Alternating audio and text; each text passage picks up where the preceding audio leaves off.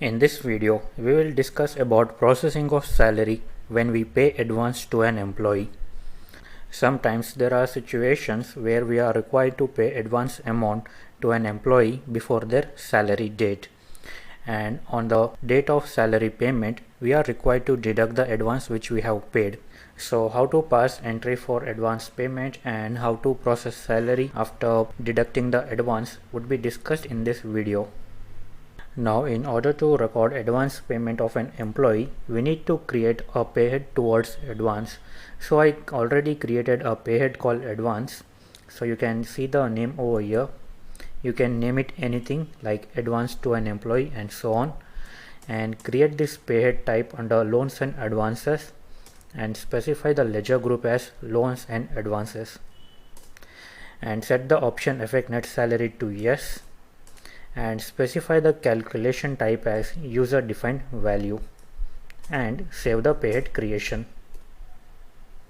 After you create this payhead, you need to include this payhead in the employee salary structure. So what I did is I altered this employee details, and along with the salary payhead I included advance payhead which we just created, and save the employee details. Alright, so we are done with the setup. Now suppose if you have paid advance to an employee, then you need to pass a payment entry using accounting vouchers and using the payment voucher. Now assuming that I paid an advance of rupees 1000 to the worker, so we need to debit the advance ledger for rupees 1000 and press the enter key, and you would be asked details regarding the employee to whom we have paid advance. So I paid advance to this worker called worker 1. You need to press the spacebar key in order to toggle the list of employee names. So select the name of the employee and specify the amount and credit the cash ledger. So with this we are passing advance payment entry, and then press Ctrl A and save this entry, and remember the date of advance payment, which is 15th of May. So I save this payment entry. Now I'm going to record attendance of this worker for the month of May. So in the attendance voucher I pass the attendance for this worker on 31st of May, which is the last date of the month of May. So assuming that this worker was present for all 30 days, and I save the attendance voucher. Now we need to process his salary. So press Ctrl F4 and press Alt A and select the option salary over here, specify the name of the worker and specify the salary payable ledger. So assuming that his monthly salary is 10,000, his entire salary for 10,000 rupees is calculated because he was present on all the days. Alright, so we are done with calculating his salary. Now we are required to calculate the advance which we have paid to him. So press Ctrl F4 again at the payroll voucher, press Alt A and select the option user defined, and over here for the field payroll bank or cash ledger select the option salary payable. So already the advance amount is 1000, so specify it over here and press Ctrl A and save these details. And now we are required to make payment towards the salary in the payment voucher.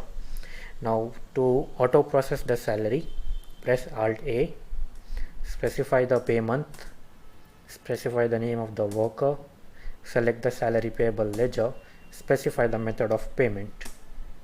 So you can see over here when we processed the salary for this worker, he was present for all the days, so he was liable to get entire amount of rupees 10,000.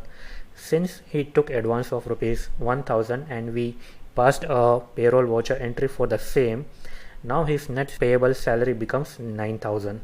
So after you make the payment, you need to press Ctrl A and save the payment entry. And you can notice over here that cash balance is displayed in red color, which indicates that it is a negative cash balance, that is we are falling short for this much of amount. So that is why the amount turns into red. So that's it, we are done with the entire payroll section. In the next section we will talk about some tricks which would be useful at the time of recording purchase and sales, and what you're going to learn is something like this. Now when you record purchase or sales of an item, what we want is whenever we record its quantity and something like rate, we want to auto calculate the GST components like this.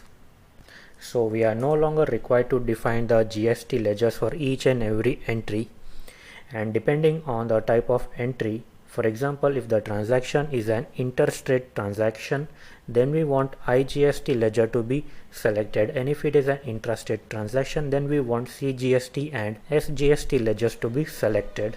So if it is a local sale, we want CGST, SGST ledgers to be calculated, otherwise IGST. So what we are doing essentially is we are modifying purchase and sales vouchers to include some predefined ledgers. For our example, we will include this CGST and SGST ledgers along with round off ledger. And once you learn those methods, then it can be time saving to record all the purchase and sales.